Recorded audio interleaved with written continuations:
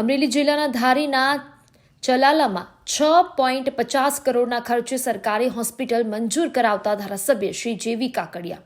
ધારી તાલુકાની Chalala civil hospital ખૂબ જ ખરાબ તેમજ જર્જરિત હાલતમાં હોય, જેને ધ્યાને લઈ જેવી કાકડિયા દ્વારા મુખ્યમંત્રી ભૂપેન્દ્ર પટેલ અને આરોગ્ય મંત્રી ઋષિકેશ પટેલની રજૂઆત બાદ મંજૂરી મળતા ધારાસભ્ય શ્રી જેવી કાકડિયાએ આભાર વ્યક્ત કર્યો હતો. ધારાસભ્ય જેવી કાકડિયા દ્વારા સરકારમાં રજૂઆત બાદ ચલાલામાં 6.50 કરોડની સરકારી હોસ્પિટલ મંજૂર થતા ડોક્ટર, સ્ટાફ અને ગામજનોમાં ખુશીની લાગણી પ્રસરી. ધારી તાલુકાનું ચલાલા ગામ આમ તો વિસ્તાર અને વસ્તીની દ્રષ્ટિએ મોટું ગણાય છે અને આજુબાજુના ગામની મુખ્ય ખરીદીનું વડું મથક હોય, પરંતુ અહીં આશ્ચર્યની વાત એ છે કે સરકારી હોસ્પિટલ આવેલી છે તે ખૂબ જ ખરાબ તેમજ બિસ્માર હાલતમાં જોવા મળી.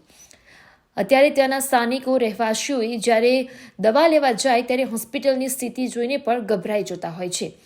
તે બાબતને ગંભીરતાથી લઈ ધારી ખાંભા બગસરાના ધારાસભ્ય જેવી કાકડિયા દ્વારા ઉચ્ચ કક્ષાએ રજૂઆત કરી નવી હોસ્પિટલ બનાવવાની મંજૂરી મેળવી હતી. હવે ચલાલાના લોકોમાં પણ પ્રશ્ન છે કે નવી હોસ્પિટલ માટે મંજૂરી તો મળી ગઈ, પણ કામ ક્યારે ચાલુ થશે?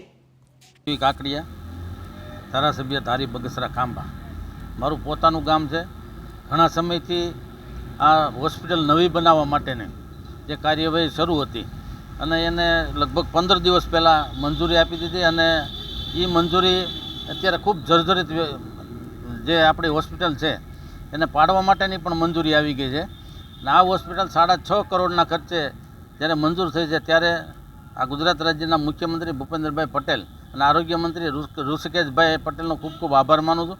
કારણ મારા વિસ્તારની આરોગ્યની સુવિધા વધારેમાં વધારે પ્રમાણમાં મળે અને લોકોને પૂરી સારવાર મળે એના માટે આપણે પ્રયાસોના ભાગરૂપે આપણે એ કેટેગરી જેવી જેમ હોસ્પિટલ આપણે મંજૂર કરાવી છે. 6.5 કરોડની તમામ સુવિધા સાથેની હોસ્પિટલ અત્યારે મંજૂર થઈ ગઈ છે અને ટેન્ડર પ્રક્રિયામાં શરૂ થઈ ગઈ છે.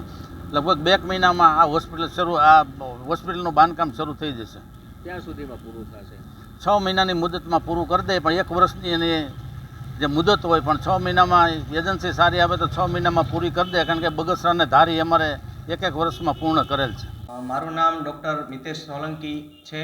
હું અહીંયા સામૂહિક આરોગ્ય કેન્દ્ર ખાતે ઇન્ચાર્જ સુપ્રિન્ટેન્ડન્ટ તરીકે ફરજ બજાવું છું અને હાલ અમારું સામૂહિક આરોગ્ય કેન્દ્ર ચલાલા ખૂબ જ જર્જરિત હાલતમાં છે. ખૂબ જ જૂનું બિલ્ડિંગનું બાંધકામ છે. તો અમે લોકોએ આ બાબતે દર્દીઓને ક્યારેક પોપડા પડતા હતા અને ઘણી બધી મુશ્કેલીઓનો સામનો કરવો પડતો હતો.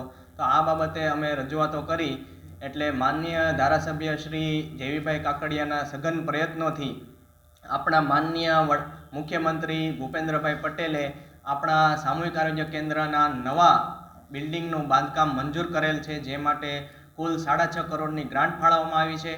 ટૂંક સમયમાં આ બિલ્ડિંગનું નવીનીકરણ કરવામાં આવશે. અદ્યતન સુવિધાઓવાળું નવું સામૂહિક આરોગ્ય કેન્દ્ર અત્રે ઊભું કરવામાં આવશે અને આ પગલાંને લીધે અત્યારે ચલાલાના સમગ્ર આજુબાજુના 40 ગામડાઓમાં વસતા દરેક દર્દી નારાયણને તેનો અતિશય લાભ મળવા જઈ રહ્યો છે. ત્યારે અમે બધા જ ડૉક્ટરો, અહીંયાનો સ્ટાફ અને ગ્રામજનો હૃદયપૂર્વક જેવીભાઈનો આભાર માનીએ છીએ અને ખુશીની લાગણી વ્યક્ત કરીએ છીએ.